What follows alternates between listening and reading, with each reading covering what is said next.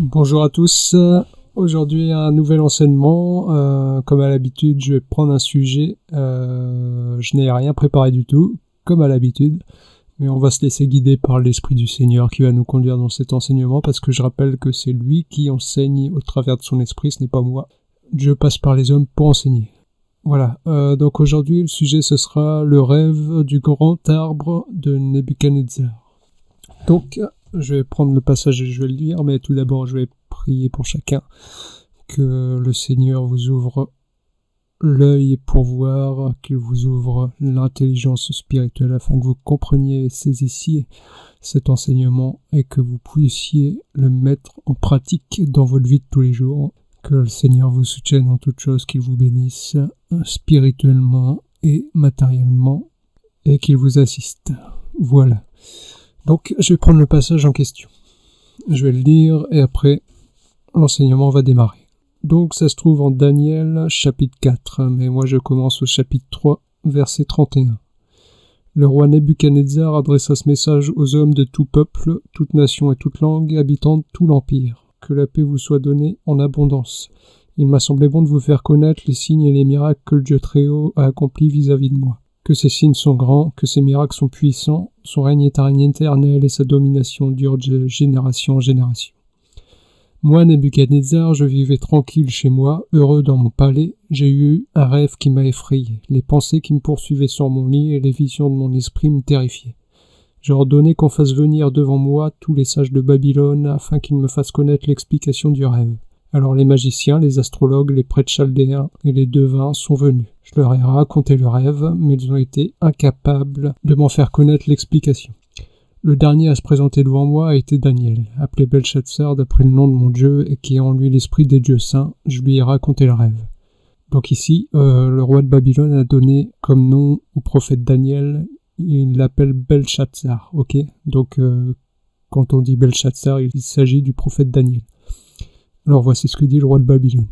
Belchatsar, chef des magiciens qui est en toi, je le sais, l'esprit des dieux saints, et pour qui aucun secret n'est trop difficile. Donne-moi l'explication des visions que j'ai eues en rêve. Voici quelles étaient les visions de mon esprit pendant que j'étais sur mon lit. Je regardais et j'ai vu qu'il y avait au milieu de la terre un très grand arbre.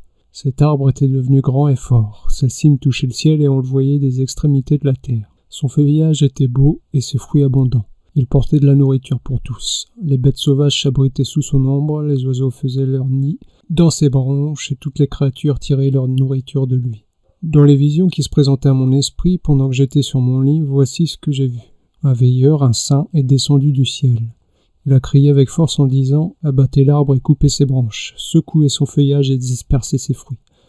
Que les bêtes s'enfuient loin de son abri et les oiseaux loin de ses branches. Mais laissez en terre le tronc avec ses racines. Attachez-le avec des chaînes en fer et en bronze au milieu de l'herbe des champs. Qu'il soit trempé par la rosée du ciel et qu'il ait, comme les bêtes, l'herbe de la terre pour nourriture. Son cœur d'homme lui sera enlevé, un cœur de bête lui sera donné. Puis 7 temps passeront sur lui. Cette parole est un décret des veilleurs, cette décision est un ordre des saints, afin que les êtres vivants reconnaissent que le Très-Haut domine sur toute royauté humaine, qu'il la donne à qui il le désire et qu'il peut y faire excéder le plus bas des hommes. Voilà le rêve que j'ai eu, moi, le roi Nebuchadnezzar. Quant à toi, Belchatsar, donne-en l'explication, puisque tous les sages de mon royaume sont incapables de me le faire connaître. Toi, tu en es capable, car il y a en toi l'esprit des dieux saints. Alors Daniel, appelé Belchatsar, resta un moment stupéfait, terrifié par ses pensées.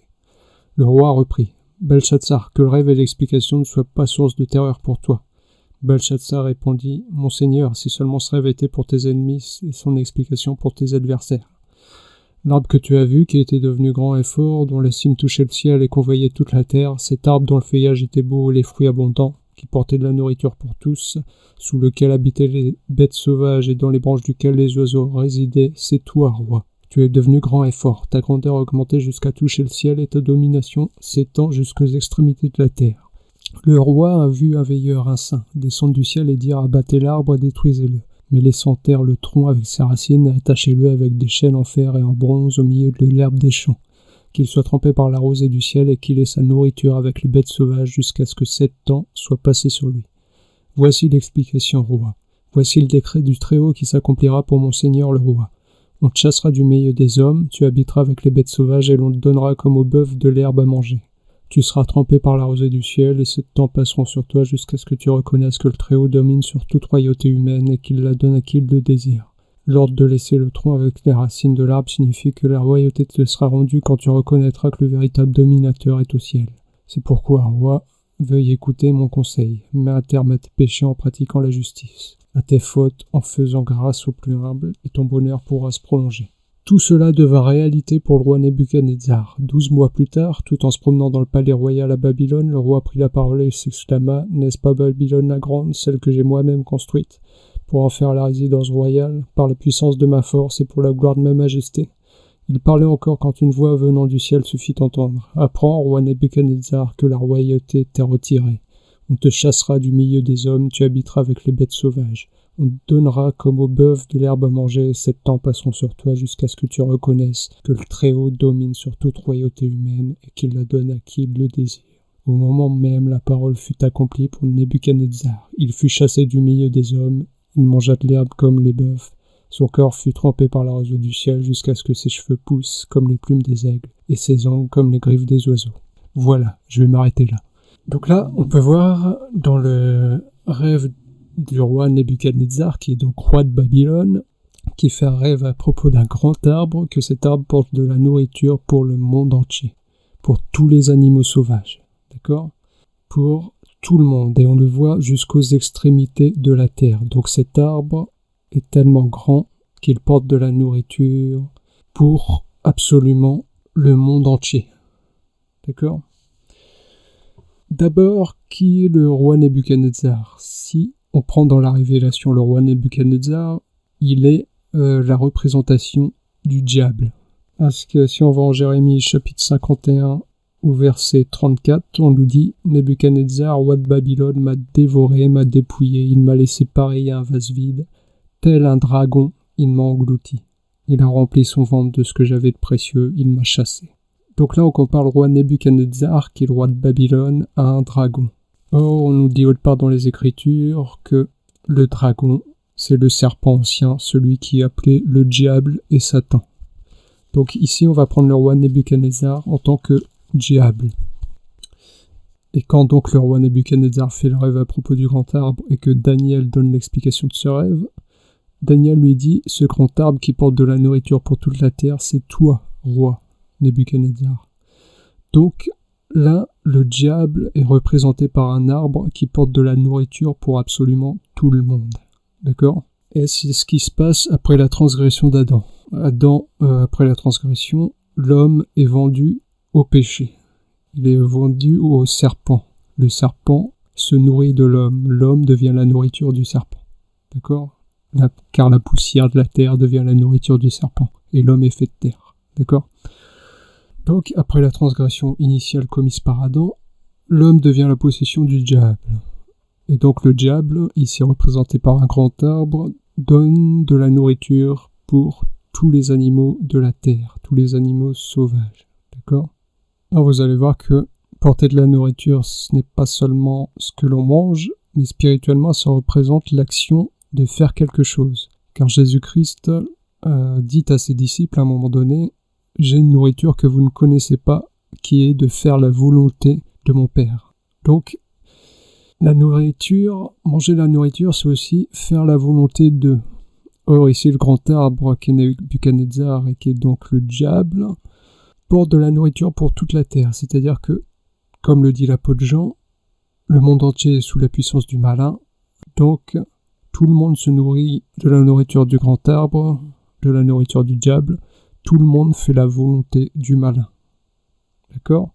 Or, ce qui se passe ici, c'est que dans le rêve, Nebuchadnezzar voit que le grand arbre porte donc de la nourriture pour tout le monde, que pour le détail, vous voyez donc qu'il y a les oiseaux qui font leur nid dans les branches, d'accord ? Alors, si on va voir ce que dit Paul, il nous dit dans une de ses lettres que nous étions des branches qui faisions partie de l'olivier sauvage, mais que nous avons été greffés sur l'olivier franc. Il nous dit qu'avant nous mettions nos membres au service du malin, mais que désormais nous devons mettre nos membres au service de Dieu. C'est-à-dire que l'olivier sauvage représente le diable et que l'olivier franc représente Dieu. Et nous qui étions des branches sur l'olivier sauvage, qui Donc, portions du fruit pour la mort, comme le dit Paul. Vous portiez alors du fruit pour la mort. Il faut que nous, en tant que branche, on soit coupés de l'olivier sauvage pour être greffés sur l'olivier franc. Qu'on soit coupés du diable pour être greffés sur Dieu. Car le tronc, c'est le diable, et les branches, ce sont les serviteurs. Ok ? Car comme le dit Jésus à ses disciples, je suis le cep de vigne et vous êtes le sarment. Ok ? Donc lui, il est le tronc, Jésus est le tronc, et les disciples sont les branches. D'accord ? Donc le tronc, c'est le roi, et les branches, c'est les disciples. Ici, quand Nebuchadnezzar rêve à propos du grand arbre qui porte de la nourriture pour le monde entier, il y a donc le tronc, qui est le roi Nebuchadnezzar, mais il y a les branches qui sont greffées sur le tronc. Ça, c'est les disciples du roi Nebuchadnezzar. D'accord ? Mais il voit qu'il y a un veilleur, un saint, qui vient pour couper l'arbre. Or, c'est là qu'entre en scène Jésus-Christ et l'œuvre de la croix. Car il est le veilleur, le saint, qui descend du ciel pour couper l'arbre, pour anéantir la puissance du mauvais. D'accord ? Car il a lui-même dit « Moi, je suis le pain descendu du ciel. Je viens du Père et je retourne au Père. » C'est-à-dire, il vient du ciel et il retourne au ciel. D'accord ? Et c'est lorsque ce veilleur, ce saint, pousse un grand cri qu'il dit d'une voix forte. Je lis la phrase exacte. Il a crié avec force en disant « Abattez l'arbre et coupez ses branches, secouez son feuillage et dispersez ses fruits. Que les bêtes s'enfuient loin de son abri et les oiseaux loin de ses branches. » Donc là, on voit que le veilleur, le saint, une fois qu'il est descendu, il doit crier avec force pour que l'arbre soit abattu. Or, qu'a fait Jésus-Christ sur la croix ? Il a poussé un premier cri, il a dit « Mon Père, pourquoi m'as-tu abandonné ?» Il est dit que la seconde fois, il a crié avec force, il a poussé un grand cri, et c'est à ce moment-là que le voile du temple s'est déchiré. Ce voile du temple qui représente la chair, parce que, comme le dit Hébreux, il est passé à travers le voile, c'est-à-dire son propre corps, ok ? Donc par le second cri, par le cri qu'il a fait avec force, il a anéanti la chair, et donc la puissance du péché sur la chair. Donc c'est par ce grand cri, ce second cri, que la puissance du mauvais sur la chair est anéantie. Or, voici ce qu'il dit quand il crie avec force. Abattez l'arbre, ok, ça c'est la puissance du malin qui est anéantie. Couper ses branches, ça c'est nous qui étions des branches. Il faut qu'on soit retranché de l'arbre mauvais pour être greffé sur l'arbre franc. Il faut qu'on soit retranché de la possession du diable pour devenir la possession de Dieu. Secouer son feuillage et disperser ses fruits. C'est-à-dire que nous portions des fruits pour la mort dans nos entrailles, parce que c'est le fruit de nos entrailles. Il y avait la mort, ok, donc ça, faut que tout ça soit dispersé, tous les mauvais esprits, d'accord, qui étaient en nous. Que les bêtes s'enfuient loin de son abri et les oiseaux loin de ses branches. Ah, les oiseaux étaient dans les branches. Nous étions des branches, et en nous, il y avait les oiseaux. Or, vous verrez qu'à la parabole du semeur qui vient pour semer, lorsque le semeur sème le long du chemin, il est dit que les oiseaux viennent pour manger et retirer ce qui a été semé. Et Jésus nous explique que c'est lorsque la parole a été semée chez quelqu'un, le diable vient pour enlever ce qui a été semé. Donc, dans la parabole de Jésus, le diable est représenté par les oiseaux. Et là, on voit que les oiseaux habitaient dans les branches. C'est-à-dire que lorsque nous, qui sommes des branches, nous étions greffés au diable, c'est le diable qui habitait en nous, d'accord ? Et nous portions des fruits pour la mort. Nous faisions la volonté du malin qui mène à la mort. Et une fois que l'arbre est abattu, c'est-à-dire qu'une fois que l'œuvre de la croix a été effectuée et que la puissance du malin est anéantie, c'est marqué que le tronc de l'arbre, donc le diable, attachez-le avec des chaînes en fer et en bronze au milieu de l'herbe des champs, qu'il soit trempé par la rosée du ciel et qu'il ait comme les bêtes l'herbe de la terre pour nourriture. Et lorsque Daniel vient expliquer cela, lorsque cela se passe pour Nebuchadnezzar, il nous est dit que Nebuchadnezzar est chassé du milieu des hommes, qu'il mangea de l'herbe comme les bœufs, et son corps fut trempé par la rosée du ciel. Donc le moment où, après que l'arbre soit coupé, le tronc, qui est donc le roi Nebuchadnezzar, est attaché avec des chaînes en bronze et en fer, et on nous explique qu'il est chassé du milieu des hommes, et qu'il a sa demeure avec les bêtes sauvages. Ça veut dire que, ok, le grand arbre qui portait de la nourriture pour toute la terre a été abattu, mais après qu'il ait été abattu, Nebuchadnezzar, roi de Babylone, qui représente le diable, a sa demeure avec les bêtes sauvages. D'accord ? Mais par contre, il est chassé du milieu des hommes. C'est quoi la différence entre les hommes et les bêtes sauvages ? C'est que la bête sauvage est celle qui n'a pas d'intelligence, selon les Écritures. D'accord ? Tandis que l'homme est celui qui a reçu l'intelligence. Quelle intelligence s'agit-il ? Il s'agit de l'intelligence spirituelle, parce qu'on voit dans l'homme au commencement, lorsque Dieu crée l'homme, il souffle dans l'homme, et ce souffle qui est dans l'homme, c'est l'Esprit Saint, l'Esprit de vie, l'Esprit de vérité, ok ? Donc, tous ceux qui ont reçu l'Esprit Saint sont considérés comme des hommes, tandis que ceux qui n'ont pas reçu l'Esprit Saint sont encore des bêtes sauvages. Or, on voit ici que lorsque l'arbre est abattu, le roi Nebuchadnezzar, qui représente le diable, est chassé du milieu des hommes, c'est-à-dire que nous qui avons reçu l'Esprit Saint, le diable n'habite plus au milieu de nous, d'accord ? Oui, il peut nous tenter, mais il n'est plus à l'intérieur de nous. Il a sa demeure avec les bêtes sauvages, c'est-à-dire il a sa demeure avec tous ceux qui n'ont pas reçu l'Esprit Saint. Voilà. Ça, c'était pour vous montrer l'œuvre de la croix au travers du rêve du grand arbre du roi Nebuchadnezzar. Maintenant, qu'est-ce qu'il en est de la saine doctrine ? Une fois que l'arbre est abattu, c'est-à-dire une fois que la puissance du malin est abattue, le tronc est attaché avec des chaînes en fer et en bronze. Or, le bronze, c'est le jugement, parce que on utilise le bronze pour le parvis de Dieu, et le parvis de Dieu, c'est là où on fait le jugement par le sacrifice, tandis que le fer représente la force et la vérité. D'accord ? Donc, une fois que le diable est abattu, que sa puissance est abattue, il faut qu'il soit maintenu, enchaîné, par la force que procure la vérité et par le jugement.